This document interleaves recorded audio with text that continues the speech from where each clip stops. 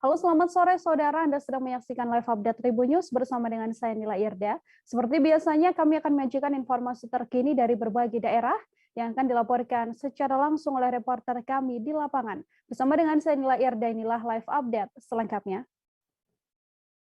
Kita awali dengan informasi pertama, saudara. Jelang penghujung tahun 2021, sering terjadi hujan di daerah Kuningan yang menjadi prioritas penting dalam pencegahan dan penanganan ancaman bencana alam. Hal tersebut ditegaskan oleh Bupati Kuningan Haji Aca Purnama di sela kegiatannya di Hotel Horizon Sangkan Park Kuningan pada Kamis 28 Oktober 2021. Dalam instruksinya, Bupati mengaku telah melakukan antisipasi melalui kegiatan bersih-bersih sungai dan juga saluran air di lingkungan masyarakat.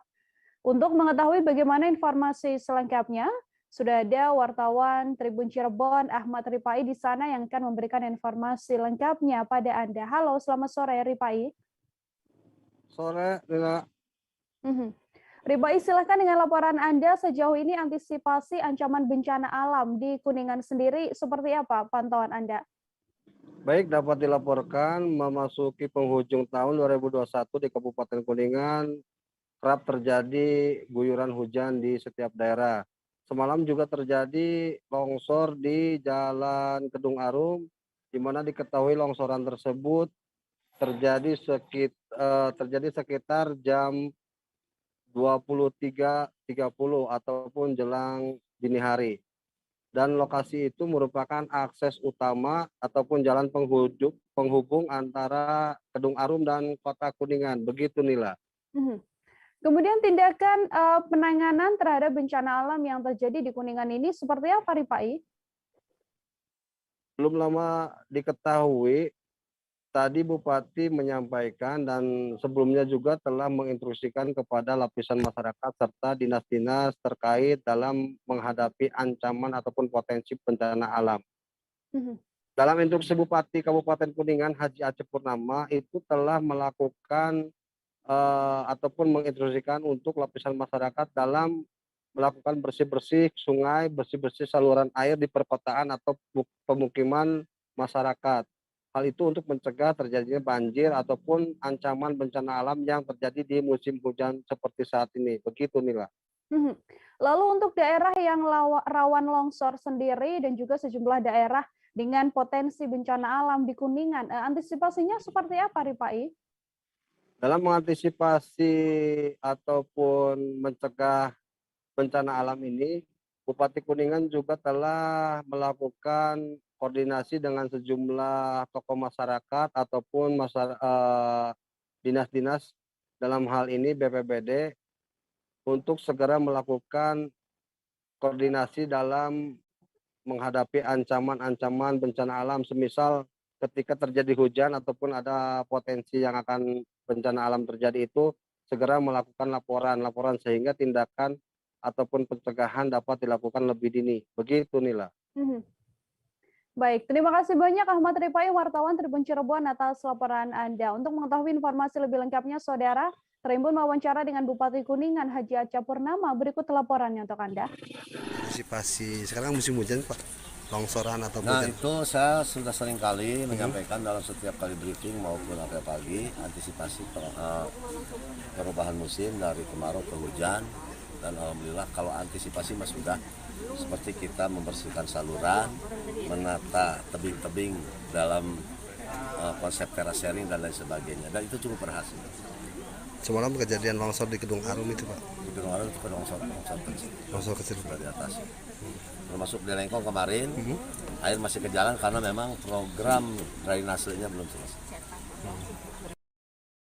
Sementara itu, saudara, Lembaga Pengelola Proyek Badan Internasional Forum Budaya dan Warisan Dunia membangun 24.000 titik penerangan jalan umum tenaga surya atau PJUTS di Kaltara. Pembangunan ini adalah bagian dari program Indonesia Terang, saudara. Peresmian pembangunan PJUTS di Kaltara dilakukan di Ponpes Darul Yakin Tanjung Selor. Gubernur Kaltara Zainal Paliwang dan Wagub Kaltara Yansenti Papadan juga turut hadir dalam acara peresmian tersebut. Bagaimana informasi selengkapnya? Sudah ada wartawan kami dari Tribun Kaltara, Maulana Ilhami Faudi, yang akan memberikan informasi lebih lengkapnya pada Anda. Halo Faudi. Halo rekan Nila dan Tribuners. Baik, Faudi, silakan dengan laporan Anda, di mana saja pemasangan lampu penerangan tenaga surya di Kaltara ini?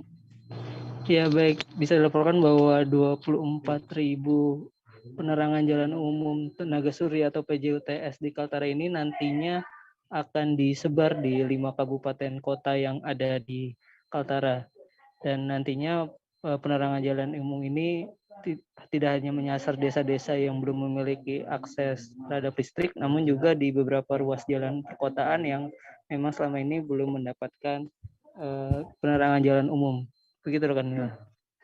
Lalu nantinya membutuhkan waktu berapa lama sampai akhirnya pemasangan lampu penerangan jalan di 24.000 titik ini, Faudi? Untuk waktu pemasangannya, kami sempat menanyakan kepada Koordinator Wilayah LPP BWFBD, Joko Eko Purwanto. Dia mengatakan bahwa proses pemasangan ini sangat bergantung dengan kondisi medan di lapangan. Menurutnya, untuk pemasangan 1.000 titik lampu PJUTS itu memerlukan waktu 3 bulan. Namun dengan kondisi wilayah di Kaltara yang memang medannya cukup sulit, maka belum dapat dipastikan nantinya berapa waktu yang dibutuhkan untuk pemasangan sebanyak 24.000 titik ini di Kaltara. Begitu rekan Nila. Dari Gubernur Kaltara sendiri, apakah memberikan imbauan terkait pemasangan lampu penerangan jalan ini nantinya, Faudi? Ya, Gubernur Kaltara sendiri, Zainal Paliwang, berpesan agar masyarakat itu turut serta mengawasi dan memelihara lampu penerangan jalan PJUTS yang ada di nantinya terpasang di 24.000 titik di Kaltara, karena mengingat selama ini keberadaan PJUTS yang ada di Kaltara itu rentan terhadap pencurian dan pengerusakan.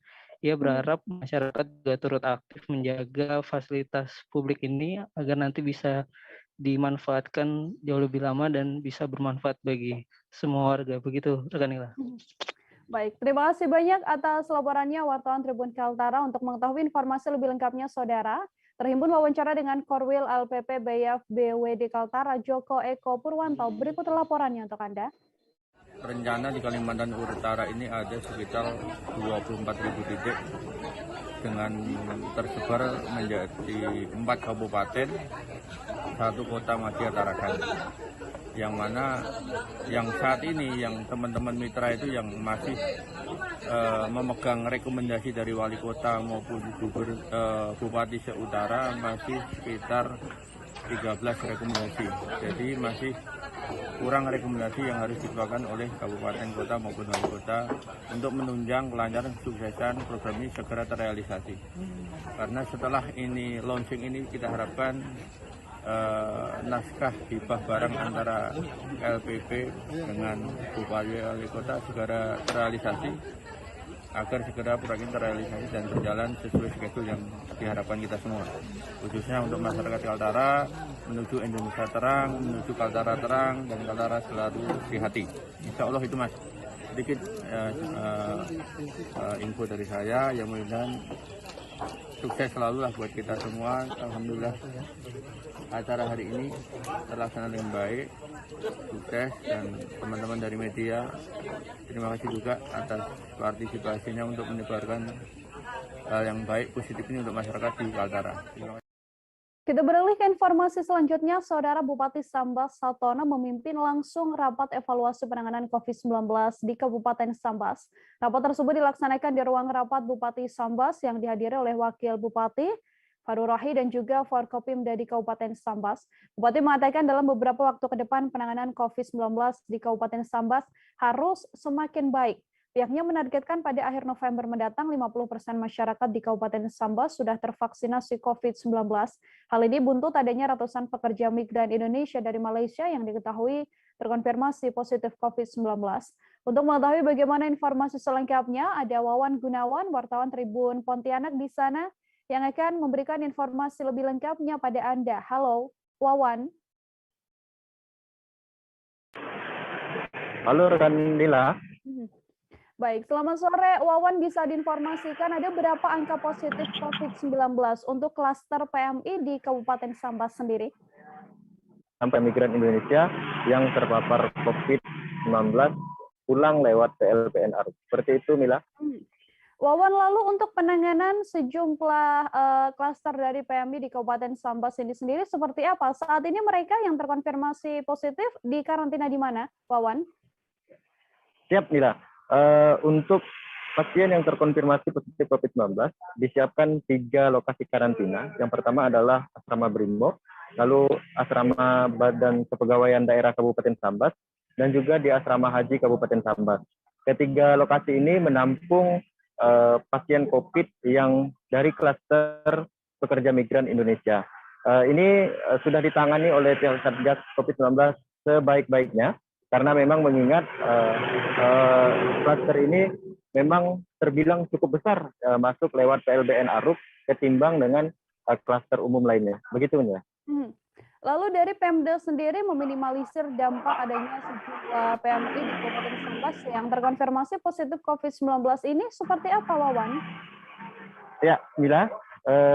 Berkaitan dengan itu, Bupati Sambas Satono memimpin langsung rapat evaluasi penanganan COVID-19 melalui perbatasan PLBN Aruk.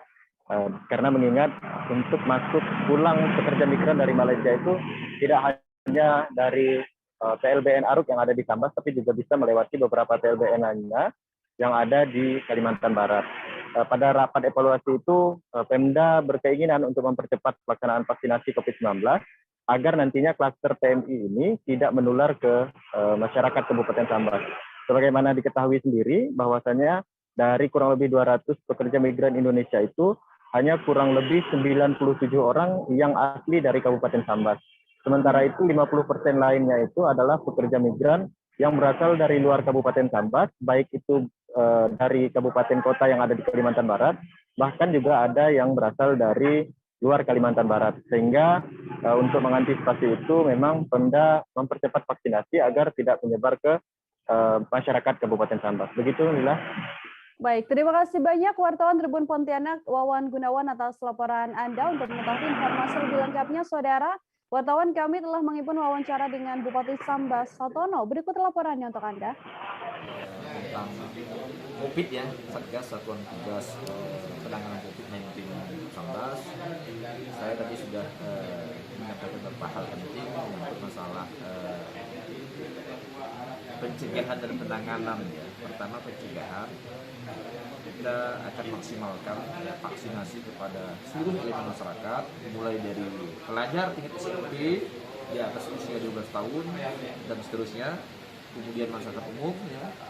Alhamdulillah melihat trennya cukup baik, meningkat ya, walaupun hari ini cakupannya untuk skala Kalbar kita masih pada urutan keempat ya, dari bawah. Kenapa demikian? Karena memang dari awal stok vaksinnya tuh agak lambat ya didistribusikan. Ini menjadi kendala ya hari ini. Tapi mudah-mudahan ini tidak masalah. Ya. Saya melihat akhir-akhir ini stok vaksin sudah lancar ya. Tinggal kita bagaimana menyusun strategi. Tadi saya minta kepada bantuan Pak Kapolres, Pak Dandim agar besok Camat, Kapolsek, dan Ramil dan seluruh Kapus kepala untuk duduk bersama bagaimana menyusun ya, jadwal agar di akhir November ini cakupan vaksinasi di Kapsambas sudah bisa mencapai minimal 50% ya, karena target cakupan kita itu 446.000 sekian jiwa dari populasi 640 ya. Pencapaian vaksinasi dosis pertama di Jember, Saudara, seperti tak kunjung mencapai 50% selama beberapa pekan terakhir. Kondisi ini kemudian mendorong Bupati Jember Hendy Siswanto untuk menggandeng vaksin 50% pada awal November nanti. Target 50% tersebut disampaikan Bupati Hendy seusai memantau vaksinasi massal di Pondok Pesantren Miftahul Ulum, Desa Suren, Kecamatan Ledo Kombo pada Rabu 27 Oktober 2021 untuk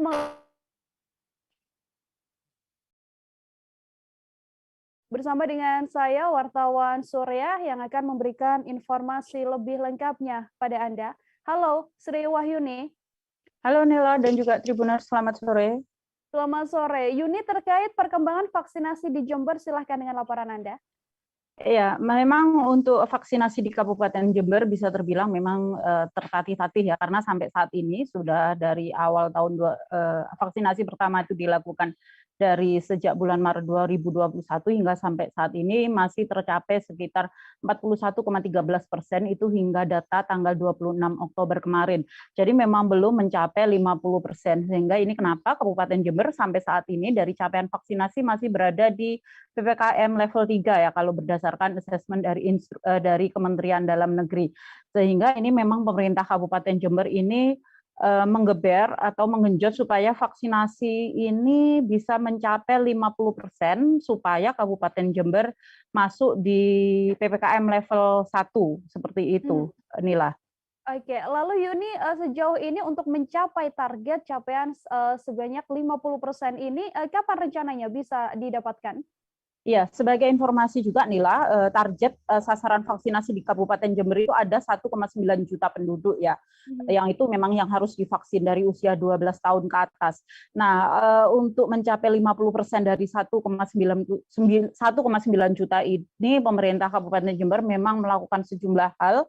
Satu di antaranya itu meminta tambahan vaksinasi. Jadi meminta melalui Kementerian Koordinator Bidang Kemaritiman dan Investasi untuk meminta tambahan vaksinasi sebanyak 500.000 dosis, dan kemarin sudah datang 200.000 dosis itu, tapi itu diestimasikan itu habis di tanggal 28 hari ini dan menunggu sisanya 300.000 lagi.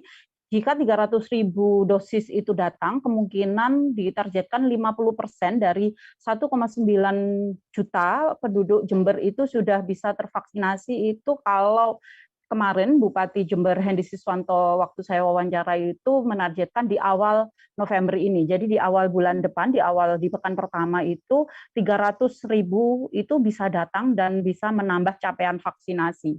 Seperti itu.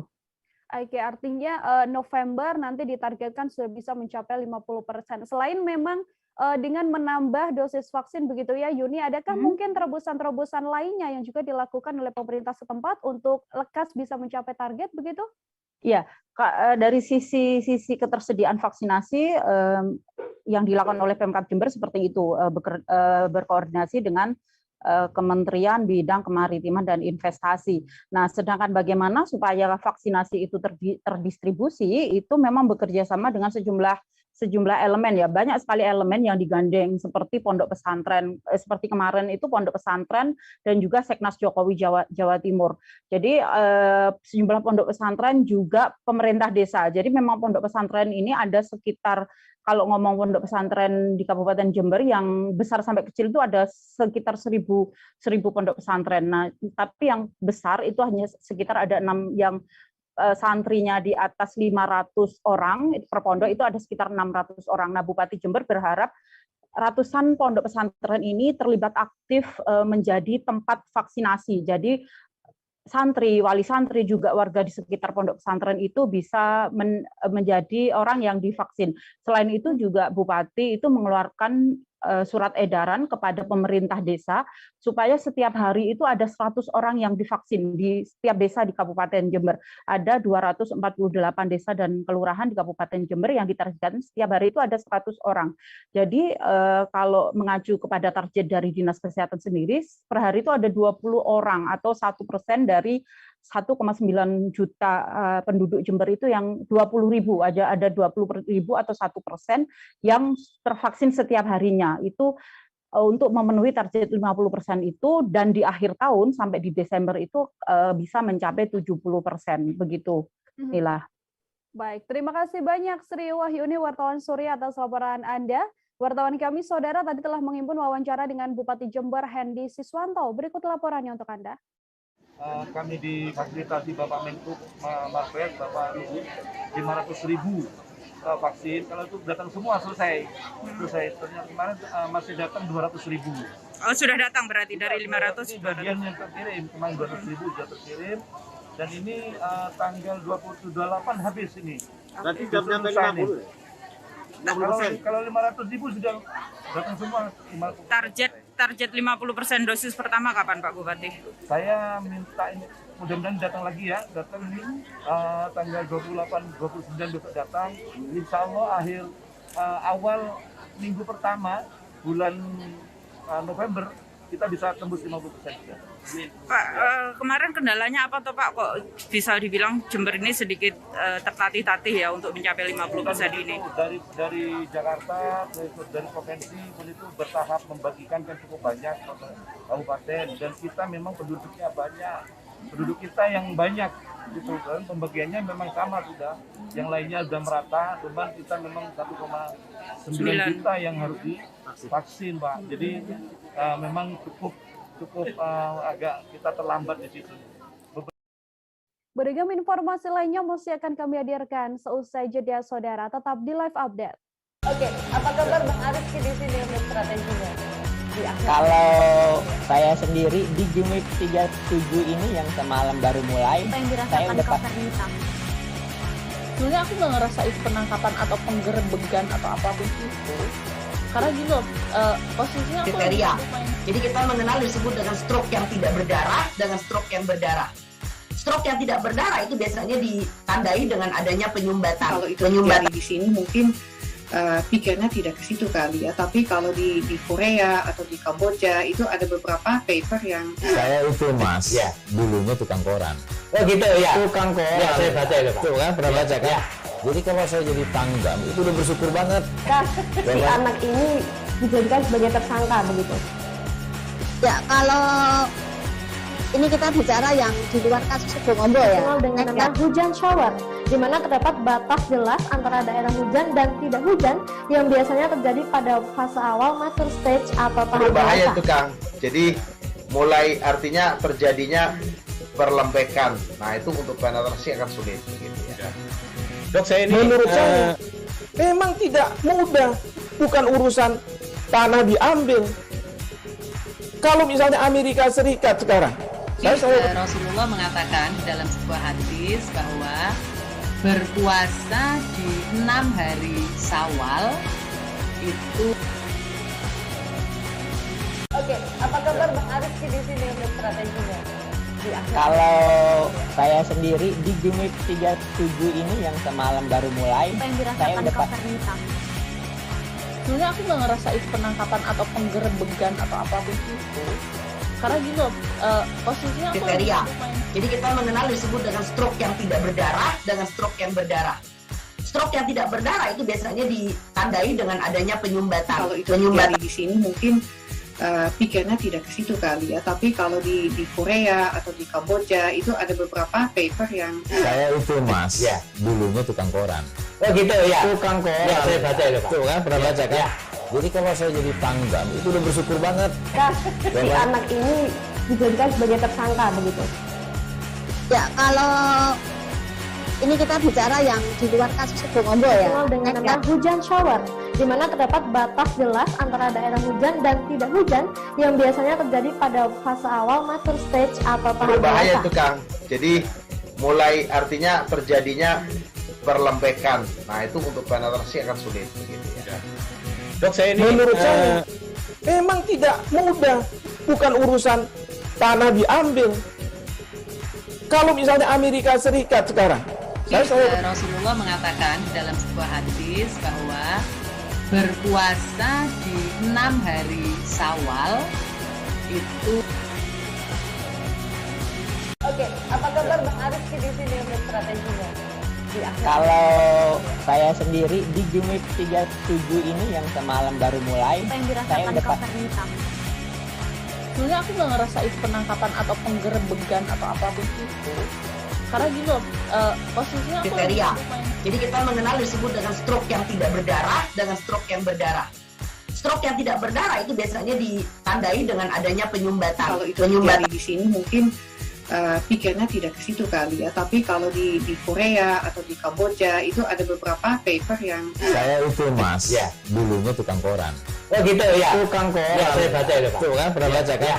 Jadi kalau saya jadi tanggam itu udah bersyukur banget. Si anak ini dijadikan sebagai tersangka begitu.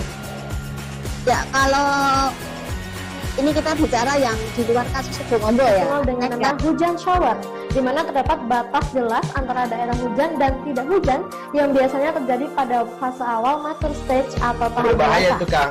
Jadi mulai artinya terjadinya perlembekan. Nah itu untuk penetrasi akan sulit. Gitu ya. Menurut saya memang tidak mudah, bukan urusan tanah diambil.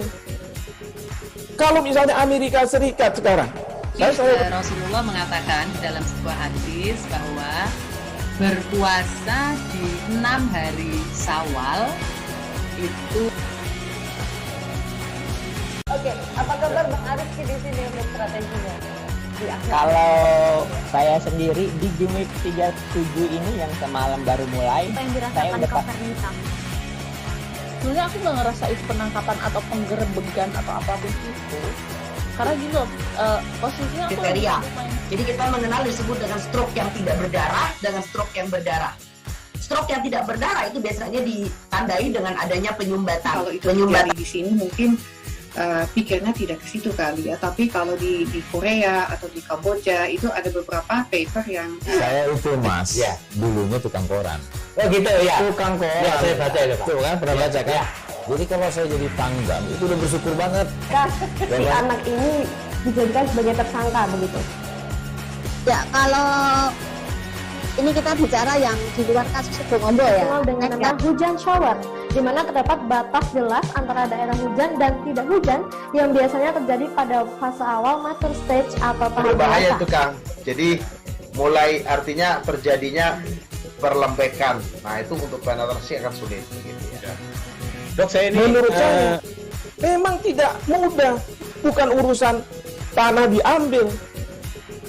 Kalau misalnya Amerika Serikat sekarang, Rasulullah mengatakan dalam sebuah hadis bahwa berpuasa di 6 hari Syawal itu.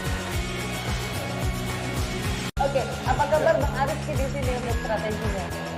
Kalau saya sendiri di Jumip 37 ini yang semalam baru mulai, saya udah Sebenarnya aku nggak ngerasa itu penangkapan atau penggerebegan atau apapun itu. Karena gini loh, posisinya aku kriteria. Jadi kita mengenal disebut dengan stroke yang tidak berdarah dengan stroke yang berdarah. Stroke yang tidak berdarah itu biasanya ditandai dengan adanya penyumbatan. Kalau itu terjadi di sini mungkin pikirnya tidak ke situ kali ya. Tapi kalau di Korea atau di Kamboja itu ada beberapa paper yang Saya itu Mas, dulunya tukang koran. Oh gitu ya. Tukang koran. Ya, saya baca itu Pak. Tuh kan, pernah baca kan? Jadi kalau saya jadi Pangdam itu udah bersyukur banget. Si anak ini dijadikan sebagai tersangka begitu. Ya, kalau ini kita bicara yang di luar kasus Situbondo ya. Dengan nama hujan shower, di mana terdapat batas jelas antara daerah hujan dan tidak hujan yang biasanya terjadi pada fase awal mature stage atau tahap Berbahaya dewasa. itu Kang. Jadi mulai artinya terjadinya perlembekan. Nah itu untuk penetrasi akan sulit. Gitu ya. Dok, menurut saya memang tidak mudah, bukan urusan tanah diambil. Kalau misalnya Amerika Serikat sekarang, Rasulullah mengatakan dalam sebuah hadis bahwa berpuasa di 6 hari Syawal itu. Oke, apa kabar Bang Arief di sini untuk strateginya? Kalau saya sendiri di Jumip 37 ini yang semalam baru mulai, saya udah Sebenarnya aku nggak ngerasa itu penangkapan atau penggerebegan atau apapun itu. Karena gini loh, posisinya aku kriteria. Jadi kita mengenal disebut dengan stroke yang tidak berdarah dengan stroke yang berdarah. Stroke yang tidak berdarah itu biasanya ditandai dengan adanya penyumbatan. Kalau itu terjadi di sini mungkin pikirnya tidak ke situ kali ya. Tapi kalau di Korea atau di Kamboja itu ada beberapa paper yang Saya itu Mas, dulunya tukang koran. Oh gitu ya. Tukang koran. Ya, saya baca itu Pak. Tuh kan, pernah baca kan? Jadi kalau saya jadi Pangdam itu udah bersyukur banget. Si anak ini dijadikan sebagai tersangka begitu. Ya, kalau ini kita bicara yang di luar kasus Situbondo ya. Dengan nama hujan shower, di mana terdapat batas jelas antara daerah hujan dan tidak hujan yang biasanya terjadi pada fase awal mature stage atau tahap Berbahaya dewasa. itu Kang. Jadi mulai artinya terjadinya perlembekan. Nah itu untuk penetrasi akan sulit. Gitu ya. Dok, menurut saya memang tidak. Masih bersama dengan Sandila Irda, Anda kembali menyaksikan live update Tribun News Saudara. Kita beralih ke informasi selanjutnya. Cukup banyak sudah pengedar maupun pengguna narkoba di Kabupaten Tanah Laut atau Talai, Kalimantan Selatan yang telah dibekuk petugas. Namun seolah jaringan barang haram tersebut tak pernah ciut nyalinya. Hingga sekarang di wilayah hukum Kepolisian Resort Tanah Laut juga masih terus terjadi peredaran serbuk putih perusak saraf tersebut. Untuk mengetahui bagaimana informasi selengkapnya, tersambung bersama saya wartawan Banjarmasin Pos, ada Roy di sana yang akan memberikan informasi lebih lengkapnya pada Anda. Halo, selamat sore Roy.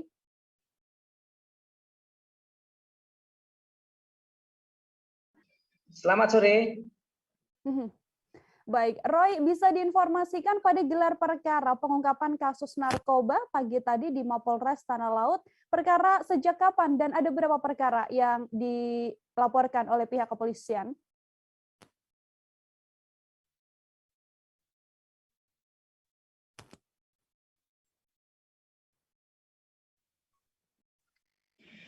Ya, narkoba yang dilaksanakan pagi tadi itu merupakan hasil giat pengungkapan perkara narkoba sejak kurun waktu mulai awal September hingga posisi terakhir pada hari ini, Oktober pada saat ini. Demikian.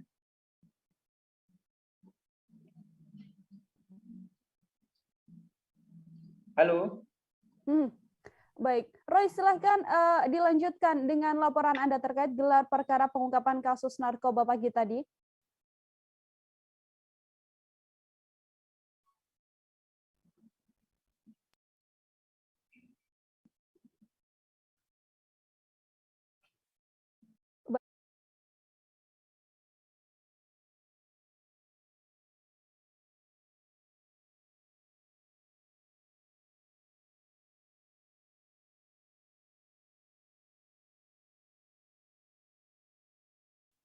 Ya, dapat kami informasikan bahwa pagi tadi Kepolisian Resort Kabupaten Tanah Laut melakukan gelar perkara pengungkapan perkara narkoba. Itu merupakan pengungkapan perkara narkoba pada kurun waktu sekitar 2 bulan sejak awal September hingga posisi terakhir pada hari ini, pada bulan Oktober pada hari ini. Demikian, rekan.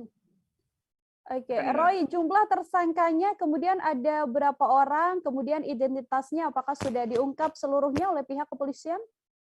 Ya, dari kurun waktu sekitar 2 bulan terakhir, dari 20 kasus, dari 20 perkara narkoba itu untuk jumlah tersangka itu ada 22 orang.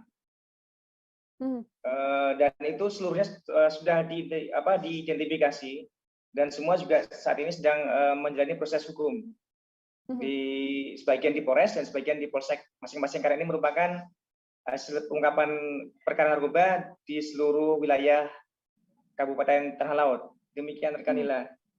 Roy, kemudian selain mengamankan tersangka begitu ya, adakah barang bukti narkoba yang disita oleh pihak kepolisian? Berapa banyak kemudian jumlahnya? Apakah juga ada uang tunai yang juga diamankan oleh petugas dalam kasus ini? Ya, secara keseluruhan barang bukti berupa sabu-sabu, pada sebagian besar merupakan sabu-sabu, itu banyaknya 179,8 gram. Kemudian selain itu juga ada uang tunai, totalnya Rp7.150.000. Nah, ini merupakan akumulasi dari 20 perkara yang diungkap dari sejumlah polsek yang ada di jajaran Polres Tanah Laut. Demikian rekan Nila. Lalu pengungkapan terbanyak kasus narkoba ini datang dari kecamatan mana, Roy? Wilayah mana saja yang kemudian terpetakan rawan peredaran narkotika ini? Ya, untuk hasil pengungkapan perkara narkoba kurun waktu sekitar 2 bulan terakhir, ini yang paling banyak hasil tangkapan, hasil sitaan sabu ini dari Polres Pelihari, ini dari Polsek Pelihari. Ini merupakan polsek di wilayah Kota Pelihari, ibu kota Kabupaten Tanah Laut. Tercatat sebanyak 134,7 gram dengan uang tunai sitaan Rp1.600.001 dari 4 perkara dan 4 tersangka. Cuman memang tadi diinformasikan oleh Kasat Res Narkoba Polres Tanah Laut secara umum untuk peta kerawanan peredaran narkoba ini berada di wilayah perbatasan dan juga di wilayah pesisir di daerah kantong-kantong nelayan. Cuman untuk kurun waktu 2 bulan terakhir ini kebetulan yang terungkap untuk jumlah paling banyak barang buktinya sabu itu dari Polsek Lehari, Polsek Kota. Demikian rekan Ila. Terakhir Roy, juga bisa diinformasikan apa sebenarnya yang kemudian melatar belakangi para tersangka ini terjerumus begitu ya pada kubangan narkotika? Iya, tadi juga kebetulan kita sempat mewawancari salah satu tersangka dari 22 orang tersangka yang dihadirkan pada gelar perkara tadi. Itu yang dihadirkan kebetulan tersangka yang memiliki sabu dalam jumlah paling banyak, sekitar 134 gram, namanya itu Aliansa. Dia memang mengaku bahwa tergiur oleh besarnya pendapatan ketika dia bisa menjual sabu-sabu, karena sebetulnya dia mengatakan bahwa proses profesinya itu adalah perajin arang kayu. Cuman karena memang keuntungan yang didapatkan dari jualan sabu ini cukup menggiurkan, maka kemudian dia terjerumus ke situ, bahwa dia mengatakan sekali dia menjual sabu itu bisa mendapatkan uang 4 juta, dan pengakuannya baru sekitar 3 kali dia menjual sabu. Dan kemudian juga di antara 22 tersangka ini, 1 orang di antaranya adalah perempuan, profesinya ibu rumah tangga. Dia juga terjerumus ke jaringan peredaran sabu, juga tergoda oleh iming-iming penghasilan yang juga lumayan. Demikian rekan Ila. Baik, terima kasih banyak Roy, wartawan Banjarmasin Pos atas laporan Anda. Dan saudara, untuk mengetahui bagaimana informasi lebih lengkapnya telah terhimpun wawancara dengan Kasat Res Narkoba Polrestala, AKP Afan Suligi, dan juga Ibda Maifeli Manurung Kapolsek Lehari. Berikut laporannya untuk Anda. Kemudian untuk barang bukti narkotika jenis sabu berat bersih sejumlah 176,29 gram dan uang tunai Rp7.151.000. Untuk Polres Tanah Laut, jajaran Sat Narkoba jumlah 8 kasus, Undang-Undang Narkotika 8 kasus, tersangka 9 orang laki-laki, kemudian barang bukti sabu kurang lebih 181 gram. Kemudian untuk Polres atau Polsek Bati-Bati jumlah 2 kasus, Undang-Undang Narkotika 2 kasus, tersangka 3 orang laki-laki, narkotika kurang lebih 0,7 gram, uang tunai 150.000. Kemudian untuk Polsek Lehari dalam hal ini paling terbanyak, yaitu jumlah 4 kasus, kemudian tersangka 4 orang, 4 laki-laki, dan barang bukti jumlah 134,77 gram, uang tunai Rp1.601.000. Kita beralih ke informasi lain, saudara. 2 pelaku jambret di kawasan Tebet, Jakarta Selatan tewas ditabrak korbannya pada Rabu 27 Oktober dini hari. Peristiwa tersebut terjadi di Jalan Abdullah Syafi'i, Kebun Baru, Tebet, Jakarta Selatan. Para pelaku diketahui berboncengan dengan sepeda motor, sedangkan korban penjambretan bernama Eko mengendarai mobil. Untuk mengetahui bagaimana informasi selengkapnya, telah tersambung di sebelah sana ada Anas Furqon Hakim, wartawan Tribun Jakarta, yang akan memberikan informasi lebih lengkapnya pada Anda. Halo, selamat sore Anas. Sore nih, Baik, Anas, silakan dengan laporan Anda untuk kronologi penjambretan di Tebet hingga menewaskan 2 orang pelaku ini. Seperti apa informasinya? Ya, baik. Aksi penjambretan di Tebet melibatkan seorang supir taksi online dan 2 orang pelaku. Peristiwa ini bermula ketika supir taksi online bernama Eko tengah menepikan mobilnya di Jalan Dr. Saharjo, Tebet, Jakarta Selatan pada Rabu dini hari. Ketika sedang memainkan handphone dan menunggu orderan, tiba-tiba ia dihampiri oleh salah satu pelaku jambret yang menggunakan sepeda motor. Melihat HP-nya dirampas, sopir taksi online atau korban kemudian mengejar pelaku hingga ke arah Jalan Abdullah Syafi'i. Nah, sesampainya di TKP, korban langsung menabrakkan mobilnya ke arah sepeda motor korban, ke arah motor pelaku hingga membuat dua orang pelaku terpental. Dua pelaku itu langsung tewas seketika. Gitu ya. Anas, sejauh ini berdasarkan laporan yang Anda dapatkan, sudahkah ada tindak lanjut yang dilakukan oleh pihak kepolisian menyikapi insiden ini? Ya, kepolisian dari Polres Metro Jakarta Selatan sudah melakukan langkah-langkah terkait penyelidikan kasus ini. Salah satunya yakni melakukan olah tempat kejadian perkara pada Rabu dini hari itu, kemudian dikabarkan polisi juga telah memeriksa sejumlah saksi-saksi terkait peristiwa tersebut. Baik, Anas, lalu berdasarkan informasi yang Anda dapatkan, sudahkah ada penetapan tersangka dalam kasus ini? Ya, hingga saat ini polisi belum menetapkan pihak manapun sebagai tersangka. Kapolres Metro Jakarta Selatan maupun Kasatreskrim Polres Metro Jakarta Selatan juga belum memberikan tanggapan atau komentarnya terkait peristiwa ini. Di Tebet sendiri, Anas, bisa diinformasikan apakah juga masih ada kasus penjambretan lain yang berhasil Anda himpun? Ya, pada Rabu lalu, Polda Metro Jaya merilis ungkap kasus serupa atau kasus penjambretan dengan TKP di 3 wilayah, yaitu Taman Sari, Jakarta Barat, kemudian Pulau Gadung, Jakarta Timur, dan Jalan Jenderal Sudirman, Jakarta Selatan. Dari 3 TKP itu, polisi mengamankan 7 pelaku jambret dan seorang penadah.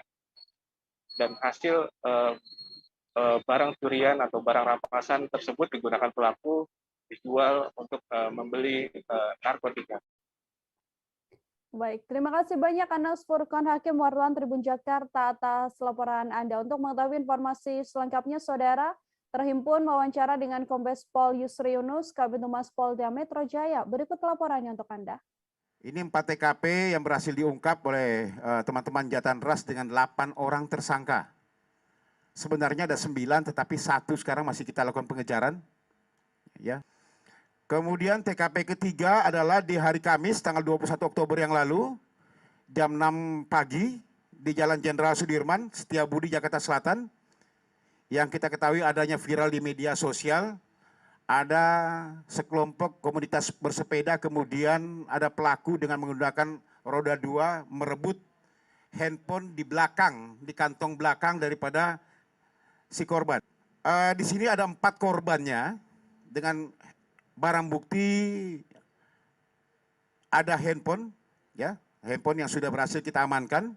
Kemudian 8 orang tersangka di TKP 1 yang 2 yang saya sebutkan tadi itu, di daerah Kayu Putih sana, Tanah Mas Kayu Putih. 2 orang tersangka inisialnya adalah BG dan HS yang sudah berhasil kita tangkap.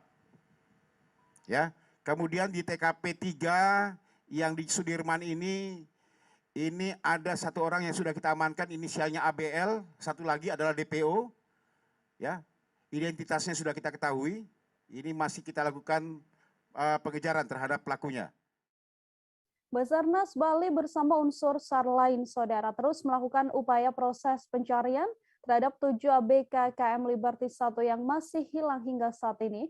Pencarian dimulai dari titik penemuan 2 ABK yang kemarin ditemukan dan dievakuasi oleh kapal SPOB Seroja 1. Kepala Kantor Basarnas Bali, Gede Darmada, pada Kamis hari ini mengatakan ada 2 kapal yang saat ini melakukan pencarian, yakni kapal SAR Arjuna dan juga KRI Singa 651 dari TNI Angkatan Laut. Untuk mengetahui bagaimana informasi lebih lengkapnya, Saudara, sudah ada wartawan Tribun Bali Zainal Nur Arifin di sana yang akan memberikan informasi lebih lengkapnya pada Anda. Halo Zainal. Ya, halo, selamat sore rekan Nila di studio. Selamat sore. Zainal, bisa diinformasikan untuk update terkini terkait pencarian ABK KM Liberty 1 yang masih hilang, seperti apa informasinya? Ya, update terkini dari tim Basarnas Bali bersama unsur SAR lainnya masih melakukan proses pencarian terhadap 7 ABK yang masih hilang di perairan utara Bali. Dan dari informasi terbaru dari Kepala Basarnas Bali disampaikan bahwa mereka baru menemukan tumpahan-tumpahan minyak dan tumpahan barang-barang berupa sembako yang dibawa oleh KM Liberty 1 tersebut. Demikian. Kemudian untuk 2 ABK yang sebelumnya telah ditemukan dan berhasil dievakuasi oleh kapal SPOB Seroja 1, seperti apa informasinya, Zainal? Ya, 2 ABK yang berhasil diselamatkan kemarin oleh oleh Seroja 01 tersebut, salah satunya meninggal dunia dan yang satunya selamat dan saat ini berada di Lombok, telah dievakuasi oleh Basarnas dari Nusa Tenggara Barat sendiri. Dan selanjutnya untuk proses pemulangan diserahkan kepada manajemen dari KM Liberty 1 tersebut. Berapa banyak alutsista yang kemudian diterjunkan untuk pencarian ini, Zainal? Untuk alutsista yang diterjunkan saat ini untuk kapal besar ada 2, yakni 1 KN SAR Arjuna 229 dan 1 KRI Singa 651. Dan lainnya dibantu rubber boat, kemudian speedboat dari Pol Airut Polda Bali dan kantor SAR Pos Buleleng serta kantor SAR Pos Karangasem. Zainal, sejauh ini sudahkah bisa diketahui apa penyebab KM Liberty 1 ini tenggelam? Informasi seperti apa yang berhasil Anda himpun? Dari informasi yang didapatkan, kapal motor Liberty 1 tersebut tenggelam dikarenakan memang saat itu terjadi badai yang cukup tinggi dan tidak terprediksi sebelumnya, sehingga kapal mengalami kemasukan air karena akibat badai itu, kemudian langsung tenggelam. Namun ke-15 ABK yang berada di KM Liberty 1 tersebut berhasil keluar dari kapal sebelum akhirnya kapal tenggelam sepenuhnya ke dalam laut. Artinya hingga hari ini, Zainal, ada berapa banyak ABK yang masih dalam pencarian tim SAR gabungan? Ya. Sejauh ini pencarian terus dilakukan, kemudian ada berapa korban yang hingga saat ini masih dicari oleh tim SAR gabungan, Zainal? Untuk korban yang masih dicari oleh tim SAR saat ini berjumlah 7 orang, di mana yang ditemukan selamat sebelumnya berjumlah 6 sebelumnya, dan kemudian kemarin ditambah 2 berarti 8. Sehingga total 15 ABK berada di dalam KM Liberty 1 tersebut. Baik, terima kasih banyak Zainal, wartawan Tribun Bali atas laporan Anda. Untuk mengetahui informasi selengkapnya, saudara, terhimpun wawancara dengan Kepala Kantor Basarnas Bali Gede Darmada. Berikut laporannya untuk Anda.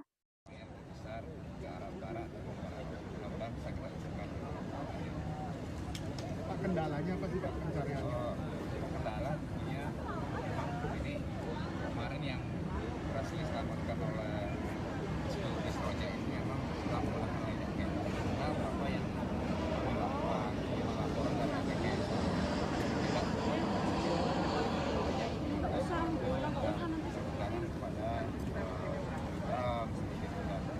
informasi. Mudah-mudahan ini tetap bisa bertahan Demikian sesi foto bersama telah kita ikuti bersama. Selanjutnya kami silakan kepada yang terhormat Wakil Gubernur Bali beserta Ibu dan para undangan berkenan menuju ballroom KRI Bintang. Terima kasih. Sekarang fokus pencarian itu dengan titik tenggelamnya itu berapa jaraknya Pak? Jaraknya kurang lebih 5-10 mil ya ke arah barat dari titik tenggelamnya awal di utara Bali. Jadi koordinatnya saya tidak buka kapal ya, kurang lebih dalam 40 mil dari utara Bali, sehingga dari sana menggeser sesuai plan dan perhitungan Sarman. Itu kalau dengan menggunakan alat keselamatan ya, ini catatan ya beda dengan menggunakan alat keselamatan. Tidak ada alat keselamatan. Kalau menggunakan alat keselamatan, dan jaket, dan kerat, itu pasti mengapung dia arah barat. Tapi kalau tidak menggunakan alat keselamatan, artinya hanya berpegangan pada drum seperti itu, tentunya sudah lemah pegangannya. Kan tidak hanya saya tenggelam di area sana sesuai dengan ketahanan tubuh yang dimiliki. Berarti ketujuh ABK ini diperkirakan bergeser ke arah barat? Betul, arah barat, barat laut. Perhitungan kami dan sesuai dengan pergerakan arus yang ada juga. Jadi arus bergerak ke arah sana dari timur ke barat. Itu kelebihan cuaca itu mempengaruhi enggak, Pak? Ini, Pak.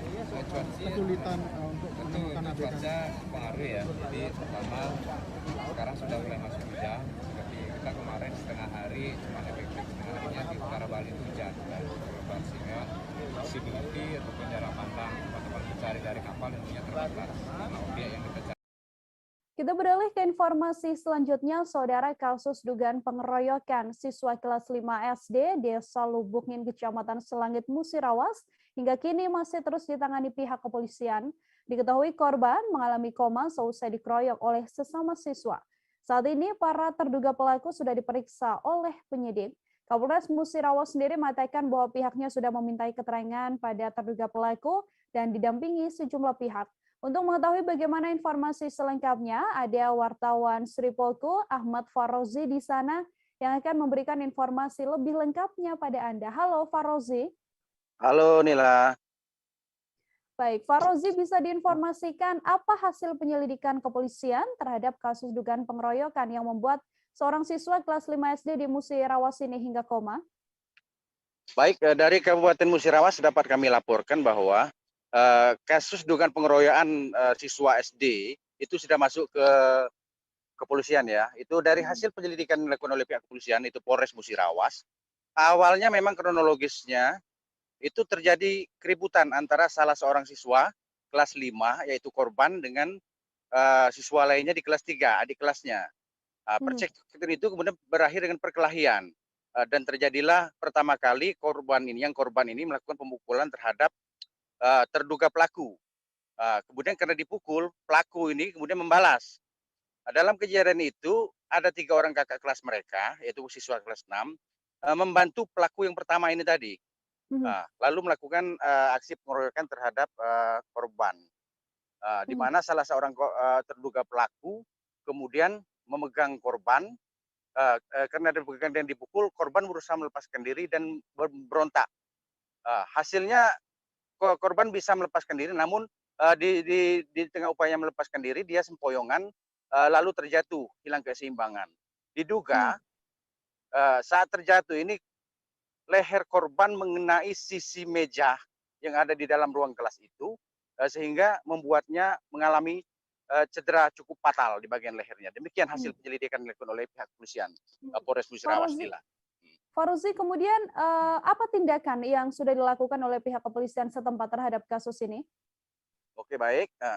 Untuk tindakan terhadap kasus ini sendiri, pihak Polres Musirawas melihat bahwa para pelaku ini semuanya masih berusia di bawah 12 tahun, masih di bawah umur, di mana yang paling tua usianya baru 11 tahun, kemudian ada yang juga usianya masih 10 tahun. Demikian Nila. Karena itu pihak kepolisian belum bisa melakukan tindakan-tindakan tertentu karena berdasarkan undang-undang anak-anak usia masih di bawah 12 tahun itu harus dikembalikan kepada orang tuanya. Upaya yang dilakukan kemungkinannya itu akan melakukan mediasi. Demikian Nila. Lalu berdasarkan laporan yang berhasil Anda dapatkan untuk kondisi terkini dari siswa yang mengalami insiden tersebut kemudian mengalami koma, seperti apa informasinya Farozi? Baik, awalnya siswa tersebut setelah koma itu dirawat di Musirawas ya, di Musirawas, kemudian dirujuk ke Lubuk Linggau karena kondisinya tidak memungkinkan maka dirujuk ke Palembang di provinsi, di rumah sakit di Palembang. Untuk kondisinya sendiri sampai sejauh ini dari informasi yang kita dapatkan masih menjalani perawatan secara intensif di rumah sakit karena dia mengalami cedera cukup fatal di bagian lehernya. Ada salah satu ruas tulang leher dari 7 tulang leher itu bergeser sehingga mengganggu sistem sarafnya. Demikian, Nila. Baik, terima kasih banyak Farozi atas laporan Anda. Untuk mengetahui informasi selengkapnya, Saudara terhimpun wawancara dengan Marhen, ini merupakan Kepala SDN Lubukngin Selangit Musirawas Sumatera Selatan, kemudian AKBP Efran Nedi, Kapolres Musirawas. Berikut laporannya untuk Anda. Dari hasil penyidikan kita, antara korban dan salah satu pelaku pertama ini terjadi cekcok ya. Kemudian korban melakukan pemukulan dan dibelas oleh pelaku. Melihat kejadian itu ada 3 orang kakak kelasnya membantu pelaku pertama ini secara bergantian, ya kan. Ada salah satu pelaku ini memegang korban. Pada saat dipegang dan dipukul ini korban berusaha melepaskan diri tentunya ya. Melepaskan diri dan berhasil. Pada saat terlepas diri berhasil, dia sempoyongan, mungkin kehilangan keseimbangan dan terjatuh. Dugaan kita dia terjatuh ini menabrak meja belajar yang ada di ruang kelas itu. Ini kita juga udah lakukan olah TKP ya di tempat, dan itulah yang dugaan kita ya yang membuat korban ini mengalami luka yang cukup fatal di bagian lehernya, di bagian komandan. leher ya. Namun nanti kita akan sinkronkan hasil pengecekan dari ahlinya, medis. Perkelahian di sekolah dasar Lubukngin ini Pak, mungkin tanggapan dari Bapak gimana Pak? Ya, untuk menanggapi persoalan ini kami tidak bisa berkomentar banyak karena persoalan ini sudah ditangani oleh pihak kepolisian. Untuk lebih jelasnya silakan konfirmasi ke pihak kepolisian. Oh, semuanya sudah diserahkan ke polisi Pak ya? Ya, oke. Siap. Terima kasih Pak ya.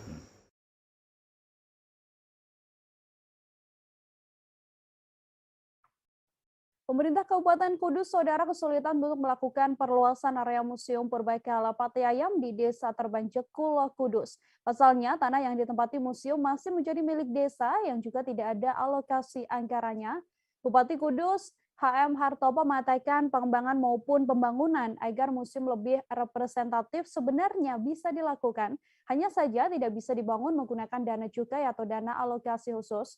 Untuk mengetahui bagaimana informasi selengkapnya terkait kesulitan yang dialami Pemkab untuk mengembangkan Museum Purbakala Pati Ayam ini, tersambung bersama saya ada wartawan Tribun Jateng Rifki Guzali yang akan memberikan informasi lebih lengkapnya pada Anda. Halo Guzali. Halo Nila. Baik, selamat sore Guzali. Bisa diinformasikan apa yang sebenarnya menarik dari Museum Pati Ayam sehingga perlu mendapatkan perhatian khusus dari pemerintah? Oke Nila, untuk Museum Purbakala Pati Ayam yang menarik di dalamnya karena tersimpan ribuan fragmen dari fosil purba yang ditemukan di kawasan Purbakala atau situs Purbakala Pati Ayam. Situs Purbakala Pati Ayam sendiri diketahui lokasinya berada di perbukitan di wilayah Desa Terban dan di beberapa desa di sekitarnya, dan juga wilayah situs Purbakala ini juga meliputi 2 kecamatan yang ada di Kabupaten Pati. Tentunya keberadaan situs ini berikut museum yang menyimpan benda purba bisa menjadi media edukasi maupun riset pengembangan ilmu pengetahuan di kemudian hari. Inilah. Ada berapa banyak benda koleksi yang ada di dalam Museum Pati Ayam ini, Guzali? Dari informasi yang kami dapatkan dari Dinas Kebudayaan dan Pariwisata setempat bahwa sampai saat ini ada atau mencapai 10.000 fragmen dari fosil purba yang tersimpan di dalamnya. Diketahui fosil purba yang tersimpan di dalamnya usia tertua yakni 2 juta tahun, yaitu fosil gajah purba atau Stegonocephalus. Nila. Lalu untuk kondisi benda-benda yang tersimpan di koleksi museum tersebut seperti apa saat ini kondisinya, Gozali? Untuk saat ini sebagian sudah terawat karena kondisi fragmen fosil purba tersebut sudah didisplay di ruang pamer museum, tetapi masih banyak atau masih terdapat ribuan fragmen dari fosil purba yang masih belum terdisplay karena keterbatasan ruang atau keterbatasan area museum sebagai tempat untuk mendisplay benda-benda fragmen fosil purba yang ditemukan dari situs Purbakala Pati Ayam inilah. Oke, lalu kemudian untuk komitmen pemerintah kabupaten sendiri melihat kondisi Museum Pate Ayam saat ini, seperti apa informasinya, Gozali? Sebenarnya kalau pemerintah kabupaten sendiri berencana untuk melakukan perluasan area museum, hanya saja masih terkendala karena lokasi museum yang berada di atas tanah aset milik desa.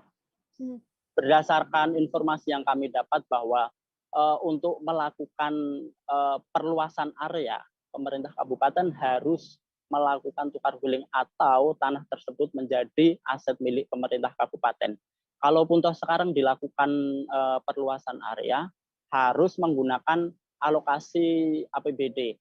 Hanya saja untuk alokasi APBD atau anggaran dari APBD untuk saat ini, berdasarkan informasi yang kami dapat bahwa pemerintah kabupaten masih belum sanggup karena alokasi anggaran APBD konsentrasinya untuk pemulihan pasca melonjaknya kasus COVID-19 di Kabupaten Kudus. Inilah. Baik, terima kasih banyak atas laporannya Rifki Gozali, wartawan Tribun Jateng. Untuk mengetahui informasi selengkapnya, Saudara, terhimpun wawancara dengan Bupati Kudus, CM Hartopo, dan juga PLT Kepala Dinas Kebudayaan dan Pariwisata Kudus, Mutrika. Berikut laporannya untuk Anda. Bisa katanya nanti bahkan mau diketuki masyarakat ya, takut nanti. Nah, harapan kami nanti bagaimana ada win-win solution, ya, win-win solution antara pemerintah daerah dengan pemerintah desa terkait bagaimana supaya ini bisa dibangun. Karena kalau ini dibangun sebetulnya bisa, tapi kalau dianggarkan dana cukai dan DAK pun juga tidak bisa, harus pakai APBD, ya kan. Kalau APBD bisa, tapi sistemnya sewa, kan gitu Pak. Ini selama ini kan sewa di sini ya, disewa, gitu.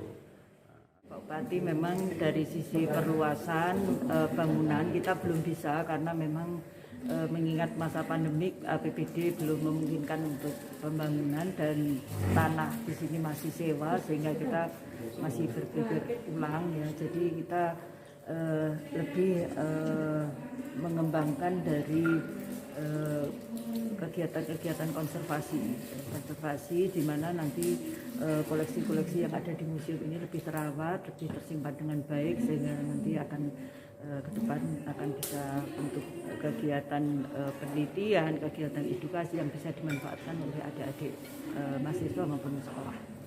Kalau di sini sendiri sudah ada berapa ribu koleksi?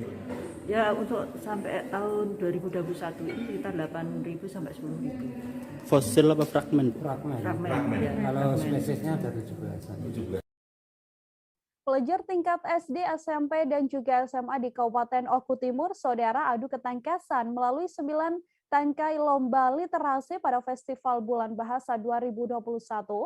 Agenda yang digelar Dinas Pendidikan dan Kebudayaan Oku Timur tersebut dibuka langsung oleh Ketua Tim Penggerak Pemberdayaan dan Kesejahteraan Keluarga, Dr. Sela Naborta, yang juga didampingi oleh Kadis Dikbud Oku Timur, Wakimin SPDMM di Taman Singapura, Kecamatan Belitang pada Kamis 28 Oktober. Untuk mengetahui bagaimana informasi selengkapnya terkait Festival Bulan Bahasa ini, sudah ada Edo, wartawan Tribun Sumsel di sana, yang akan memberikan informasi lebih lengkapnya pada Anda. Halo Edo. Iya, rekan Nila. Baik, Edo, silakan dengan laporan Anda bisa dijelaskan bagaimana proses pelaksanaan Festival Bulan Bahasa ini? Pelaksanaan Festival Bulan Bahasa ini bertepatan dengan peringatan Hari Sumpah Pemuda. Jadi setiap tangkai perlombaan yang dikompetisikan pada hari ini semuanya mengusung Sumpah Pemuda.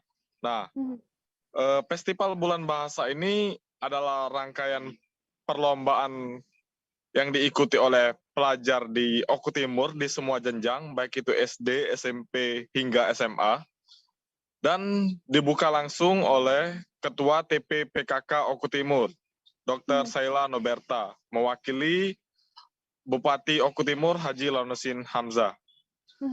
Pelaksanaan lomba itu digelar di Taman Singapura pada hari ini. Demikian. Kemudian untuk jumlah peserta dalam Festival Bulan Bahasa hari ini berapa banyak? Lalu ada berapa tangkai perlombaan yang dikompetisikan, Edo? Untuk peserta pada hari ini tercatat 250 siswa itu mengikuti perlombaan dan dari 9 tangkai perlombaan. Nah, perlombaan itu mulai dari lomba membaca puisi, lomba menulis feature, lomba film pendek, hingga lomba menulis cerpen. Demikian. Kemudian selain Festival Bulan Bahasa, apa saja agenda yang kemudian sudah dilakukan oleh Disdikbud Oku Timur dalam waktu dekat ini? Festival Bulan Bahasa ini merupakan agenda terbaru ya yang dilakukan oleh Disdikbud Oku Timur. Nah, sebelumnya mereka sudah menggelar kompetisi olahraga siswa nasional atau OSN atau KOSN Oku Timur. Kemudian ada festival dan lomba seni siswa nasional atau FLS2N Oku Timur. Lalu ada kompetisi sains nasional Oku Timur atau KSN, hingga Gala Siswa Indonesia GSI Oku Timur. Begitu Nila. Baik, artinya memang ada sejumlah agenda ya yang dilakukan oleh Disdikbud Oku Timur sendiri. Baik, terima kasih banyak Edo, wartawan Tribun Sumsel atas laporan Anda. Wartawan Sumsel tadi juga telah menghimpun wawancara saudara dengan Ketua TPPKK Oku Timur, Dr. Selano Berta. Berikut laporannya untuk Anda. Bahwa kegiatan ini sangat berdampak positif kepada anak didik kita. Kegiatan ini adalah tempat mengasah bakat, mencari kreativitas, tempat mencari pengalaman, tempat menanamkan jiwa sportivitas, menanamkan jiwa kejiwaan, menanamkan jiwa kepedulian kepada anak-anak kita, sehingga akan ditemukan pada acara-acara seperti ini bakat-bakat yang terpendam, kemudian keahlian-keahlian yang terpendam pada diri anak-anak didik kita. Menurut Ibu, apa Bu evaluasi ke depannya Bu dari agenda ini Bu? Ya, ke depannya saya berharap kita mengangkat dan melestarikan kebudayaan Oku Timur. Mungkin nanti ke depan kita bisa lakukan lomba-lomba seperti puisi dalam bahasa Kompring, kemudian lomba menulis cerpen dalam bahasa daerah, ya. Kemudian seperti tadi lomba hiring-hiring, lomba kisaan, jadi dialog bahasa Kompring, kemudian juga lomba misalnya lagu-lagu tradisional, tari-tari tradisional. Jadi harapannya tema tahun depan kita lebih mengangkat kebudayaan kita Oku Timur, dan harapannya supaya dilakukan lebih luas skupnya. Jadi kalau bisa se-Sumatera Selatan, seperti yang kemarin SMK, festival SMK itu sangat bagus sekali dilakukan di Oku Timur. Beragam informasi lainnya masih akan kami hadirkan untuk Anda seusai jeda. Saudara tetap di live update. Oke, apa kabar Bang Arifki di sini untuk strateginya? Kalau saya sendiri di Gimik 37 ini yang semalam baru mulai, saya udah sebenarnya aku nggak ngerasain penangkapan atau penggerebegan atau apapun itu, karena gini loh, posisinya aku kriteria. Jadi kita mengenal disebut dengan stroke yang tidak berdarah dengan stroke yang berdarah.